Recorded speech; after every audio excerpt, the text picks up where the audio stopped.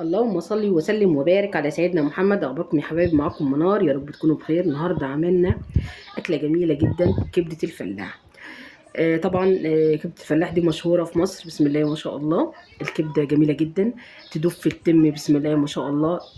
ما بتاخدش سوا كتير، بطريقه سهله وبسيطه. في جوه في الفيديو ان شاء الله هتلاقوها. عملنا سلطه، عملنا طحينه، عملنا بابا غنوج، عملنا حطينا عيش، عملنا بطاطس محمره ومخلل. زي ما قدامكم الاكل الجميل القمر ده، طريقه سهله وبسيطه لكل البنوتات اللي لسه اولى مطبخ، لسه جداد وعرايس جداد. الطريقه هتعجبكم جدا جوه في الفيديو. يا رب اكون بفيدكم فيديوهاتي، يا رب تكون فيديوهاتي بتعجبكم. ما تنسوش بقى تعملوا لايك وشير وسبسكرايب وتفعلوا زر الجرس كده عشان يوصل لكم كل جديد من ام منار. ويلا بينا نشوف الفيديو الجميل القمر ده اتعمل ازاي. اول حاجه كده يا حبايبي، جبنا الكبده طلعناها من الفريزر. ده طبعا نص كيلو كبده ونص كيلو قلب، القلب اللي بيبقى مع الكبده. تمام. اول حاجه كده هنحطهم في الفريزر ساعه او ساعتين ونطلعهم عشان يكونوا سهلين بالنسبه لنا ان احنا نقشر الجلده الخفيفه اللي فوق، الشفافه اللي فوقهم، عشان ما تاخدش سوا معاكي كتير ما تندخش كده تحت اسنانك وتلاقيها دايبه دوب كده. بسم الله ما شاء الله. دي اول حاجه كده هنعملها، هنشيل الجلده الخفيفه الرقيقه ديت. دي اول حركه في الكبده او في القلب. بدأت منار بنتي كده قشرتها كلها وراحت كده للكبده كمان، شالت القشره كمان من عليها زي ما قدامكم كده. شالتها كلها بسم الله ما شاء الله. بصوا، الطريقه سهله وبتقطع معاك بسرعه ولا اي حاجه. نصيحه كده وملحوظه، الكبده بتتغسل وهي سليمه وبعد كده ما تتغسلش. يعني بعد ما تقطعها ما تغسلهاش، لانك انت لو غسلتيها بعد ما تقطعها تطلعي كل الفوائد اللي فيها ومش هتستفيدي بيها. وبدات تقطع القلب كده. اول حاجه شرايح خفيفه قوي، حابه تقسميها على اتنين. طبعا هي لقيتها عريضه لما دخلت على جوه، فقسمتها على اتنين وبدات تقطعها شرايح زي ما قدامكم كده، شرايح رقيقه جدا. تمام. وكده يا حبايبي زي ما قدامكم، الطريقه سهله وبسيطه. اهم حاجه لما تكون متفرزه هتقطعها زي ما انت عايزه وتعرفي تتمكني فيها بسرعه السلوم. كده كده بسم الله ما شاء الله. بتقطع بقيتها وهتدخل بقى على ايه، قطعه الكبده كمان. دي طبعا القلب ده طبعا هيتحط في بوله لوحده، لانه انتوا عارفين ان القلب ده بياخد سوا شويه. تمام. انما الكبده بتستوي بسرعه، مش بتاخد سوا. كده حطيتها في بوله ورجعت بقى للكبده. بدات ان هي تقطعها قطعت كده الحته الصغيره اللي في الاول، وبعد كده هتقسمها شريحتين. تقسمها كده لجزئين. كل ما تكون متفرزه كل ما تكوني انت بتعرفي تمتلكي الحاجه وانت بتقطعيها وبتعمليها شرايح. على فكره حتى البانيه لما بتيجي عايزه تعملي بانيه لسه مستجده، مش عارفه تعملي الحاجه دي، حطها في الفريزر هتطلعي احلى بانيه. بعد كده هتعمليها بانيه تطلع جميله جدا معاكي. بدات تقطعها كده شرايح. تمام. وهتبدا بقى كده يا حبايبي تحطها برده هي كمان في البوله. شايفين الشرايح طالعه خفيفه معاها وجميله بسم الله ما شاء الله. شايفين الجمال ما شاء الله. هي كده لقيتها عريضه معاها، فطبعا قسمتها على اتنين بالطول. وبدات تقطع بقيه كميه الكبده اللي معانا. ناخد بالنا من الحاجات ديت، الحاجات الصغيره دي تفرق كتير. مش حابه بقى هتعمليها تقليها بقى وتعمليها فيجيتار وحاجات من ديت، ممكن تعمليها شرايح عريضه. مش هتقف معاكي، هتبقى جميله جدا برضو. بس برضو فرزي الكبده عشان تعرفي تقطعيها وتتحكمي فيها وانت بتقطعيها شرايح خفيفه. تمام. وبعد كده حبايبي بعد كده يا حبايبي حطيتها كده بقى كمان هي بوله كمان.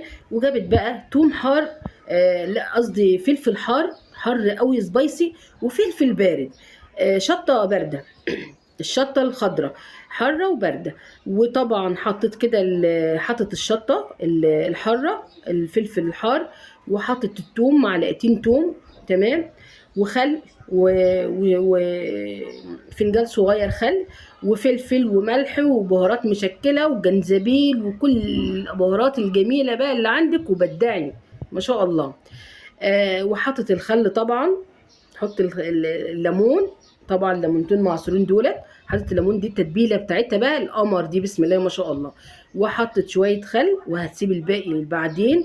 طبعا هي اخدت الفلفل البارد سابته على جنب، ده هتحطه في الاخر، وحط الفلفل الحار وقلبت التقليبه ديت مع الملح طبعا، وبدات تحط جزء من التتبيله اللي هي عاملاها دي على الكبده، وجزء تاني على على القلب، وبدات تتبلها بقى، ده التتبيله، وبقيه التتبيله سابتها على جنب طبعا، وهي بتسوي الكبده والقلب هتحطها وهي بتسويها على النار عشان تبقى طازه كده وفريش.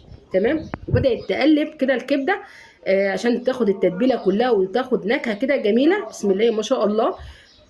وبدات برضو تروح للقلب، قلبته برضو عشان ياخد تتبيله برضو يكون طعمه جميل والريحه كده جميله. ما اقولكوش بقى على طعم الكبده ديت، يوم ما عملناها كانت جميله جدا. تسلم ايدك يا منوره، ربنا يرضيك ويرضى عنك وتحققي كل اللي بتمنيه يا حبيبتي، ودايما ناجحه كده في حياتك انت واخواتك يا رب.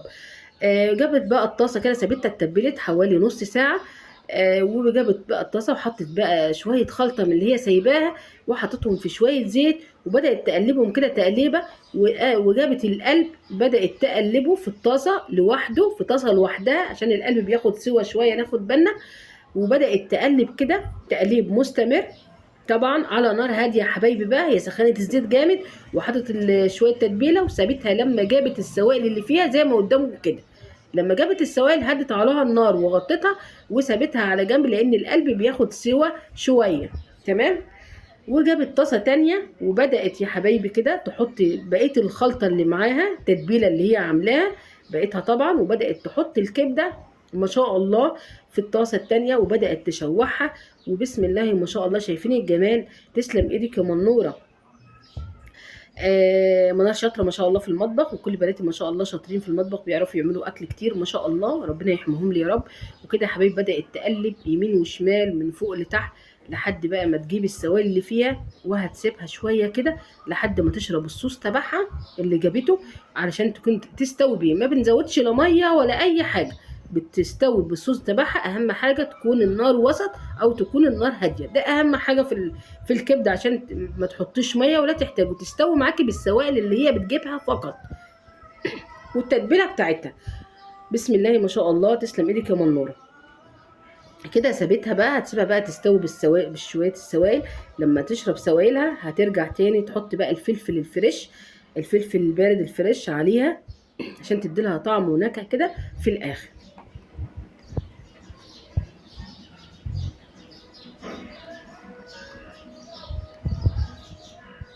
اهم حاجه حبايبي ما تعملوا اكلكم تخشوا المطبخ تعملوا اي حاجه، اعملوا حاجتكم بحب، حبوا الحاجه وانتوا بتعملوها عشان تطلع من تحت ايدكم نفس حلو، نفسها حلو، طعمها حلو، لذيذه. اي حد ياكل عندك الاكل يقول تسلم ايدك وتسلم عيونك وتسلم قلبك على الاكل الجميل ده، نفسه جميل جدا. شايفين بعد ما شربت الصوص القلوب، بعد ما شربت الصوص خلاص ما عادش عليها الا الزيت، والكبده كمان زي ما قدامكم شايفين وهي شرايح خفيفه. كل ما تعملوها شرايح خفيف تطلع بالمنظر ده معاكم ازاي، تطلع جميله. جابت بقى القلب حطيته على الكبده بقى، خلاص هو استوى وخد سواه وبقى بسم الله ما شاء الله. اهم حاجه ما نغيبش الكبده على النار، لان انت لو غيبتها على النار هتجلد معاكي ومش هيبقى طعمها حلو. خلاص هي شربت الصوص بتاعها، هي كده استوت على نار هاديه كده استوت تمام. ما نزودش ميه ونعمل هليله وكده. هات الحاجه من الاخر. وبدات تقلب كده على بعضه حبايبي، وجابت بقى الفلفل الفريش بدات تحطه، وهتديله تقليبه كده بسيطه لان هي عايزاه يكون مقرمش، مقرمش كده وانت بتاكلي. تمام، مش هتسويه قوي. هي خلاص هتديه بقى تقليبه كده بسم الله ما شاء الله. وبعد كده يا حبايبي هتفضي بقى الحاجات ديت الجميله دي في طبق. بصراحه كانت الاكل جميل قوي بجد. انا كل شويه كل ما كنت اكل الكبده اقول لها تسلم ايدك يا منوره، تسلم ايدك يا منوره، بجد الاكل كان روعه وجميل جدا. وادي منظر الاكل الشهي، وسبحان الله العين بتاكل قبل البق. الطحينه والبطاطس المحمره والمخلل والكبده الجميله القمر ديت، وادي السلطه، وما شاء الله المخلل اللي احنا عملناه مع بعضنا جميله جدا بسم الله ما شاء الله. يا رب اكون بفيدكم فيديوهات يا حبايبي. ما تنسوش بقى تعملوا لايك وشير وسبسكرايب وتفعلوا زر الجرس كده عشان يوصل لكم كل جديد من ام منار. واقول لكم بقى السلام عليكم ورحمه الله وبركاته.